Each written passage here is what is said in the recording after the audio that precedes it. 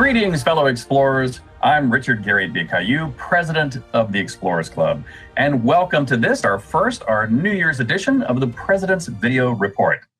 As we kick off 2023, I wanted to share with you the progress we've made on the goals and objectives that I set out 2 years ago when I was first elected as president, where we are now and where we go from here.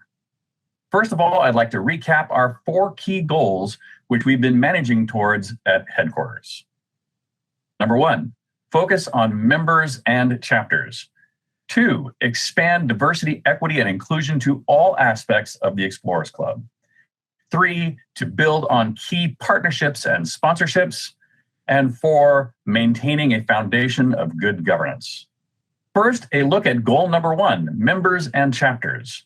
Just before I took office, we had purged a few hundred membership accounts that were in multi-year arrears of dues, which caused some to worry about the stability of our membership ranks. But I'm happy to report that membership is not just stable, but growing. Chapters are also growing, and we at headquarters have appreciated the direct participation with chapters through events such as the recent board meeting in Alaska and the Lowell Thomas Awards dinner in Boston. Add to this the mentorship programs and other initiatives that we'll discuss later in this report, which hopefully your chapter and its members will benefit from as well. And on to goal number 2, diversity, equity, and inclusion. Through programs like the EC50, which you'll also hear more about later in this report, but also with concerted efforts to cast wide nets when seeking leadership, awardees, and in all other aspects of club activities, our DEI efforts are paying dividends, which the club will benefit from going forward. And goal number 3, partners and sponsors.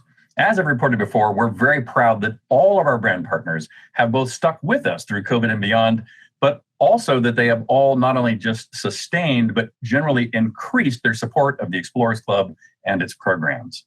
Additionally, our new Board of Trustees, which represents some of our most significant patrons and supporters, continues to grow, and it plans for its first face-to-face meeting in March in Monaco on the occasion of Monaco's celebrations of Oceans Week.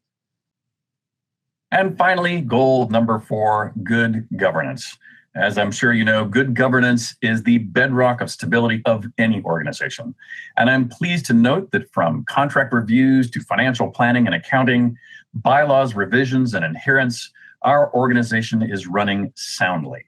You know, here at headquarters, we are pleased that financial and legal stresses are really at a very low point, which frees up everyone's bandwidth to focus on lifting the club into the future. Of course, I'm always interested to hear your thoughts on how we're doing. And so I welcome hearing from you. Just send me an email to president@explorers.org. And looking back at the holidays to an annual club tradition, the club's annual holiday party this year was again a sellout.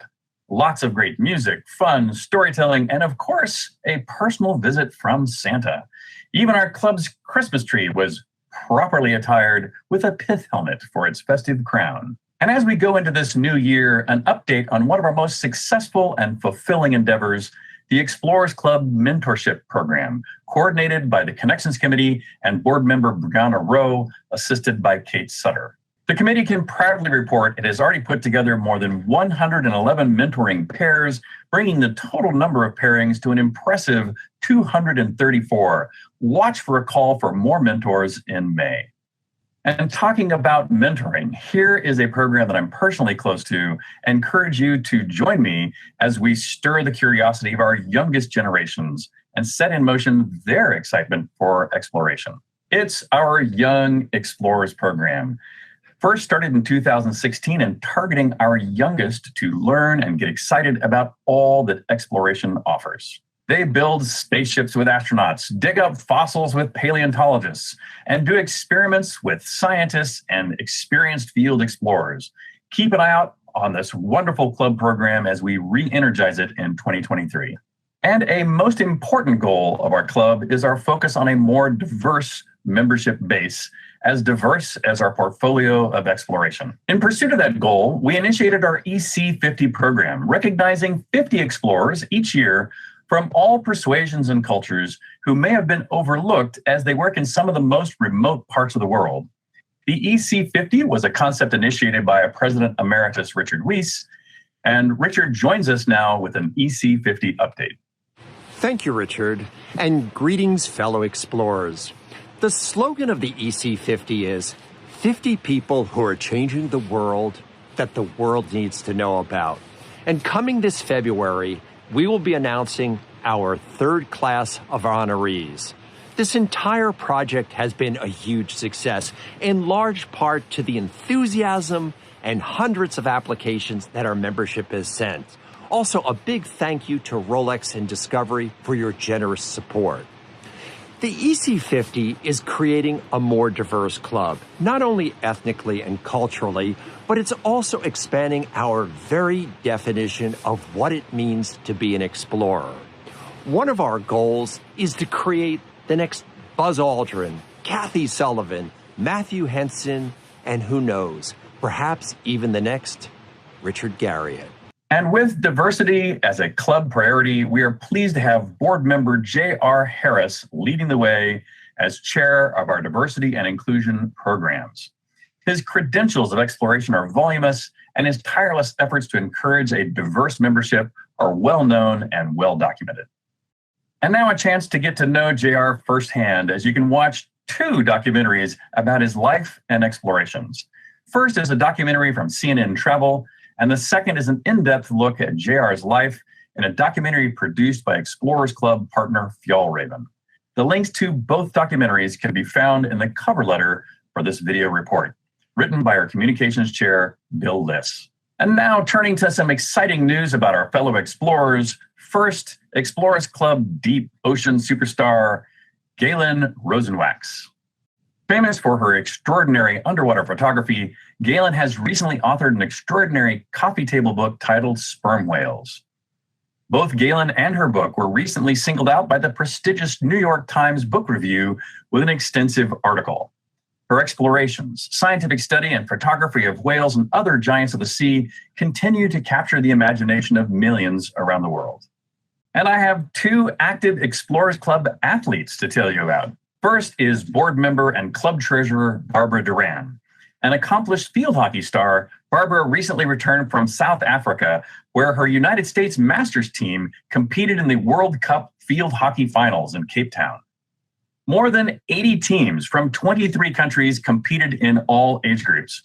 And from these photos and videos, it's obvious that Barbara is truly a world-class competitor.